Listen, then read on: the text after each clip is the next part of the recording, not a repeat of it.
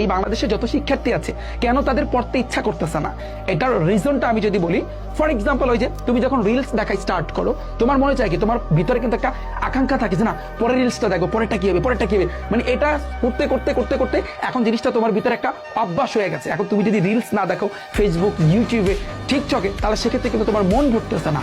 Same ভাবে, একইভাবে তোমার এই অভ্যাসটা তুমি জাস্ট কয়েকটা দিন একটু পরিশ্রম করো, বইয়ের ভিতরে নিয়ে যাও, তোমার একটু যখন যে টপিকটা পড়বা ওইটার ভিতরে কিন্তু একটা আকাঙ্ক্ষা সৃষ্টি করো, তাহলে তুমি দেখবা বইয়ের ভিতরে জাস্ট প্রথম প্রথম কষ্ট লাগবে, প্রথম প্রথম তোমার মানিয়ে নিতে কষ্ট লাগবে, তোমার ইচ্ছা করবে না, তোমার পড়তে ইচ্ছা করবে না, তুমি বলবো ভাইয়া বোরিং লাগতেছে, মনে চাইতেছে না, তার সে রিলস দেখতে বললে আমি সারাদিন দেখতে পারতাম। এটা হবে, এটা হবে, এটা কারণ আছে, লজিক আছে। তুমি রিলস দেখতেছো সেই কবে থেকে, 6 মাস, 1 বছর, 2 বছর আগ থেকে, এখন জিনিসটা অভ্যাস হয়ে গেছে না।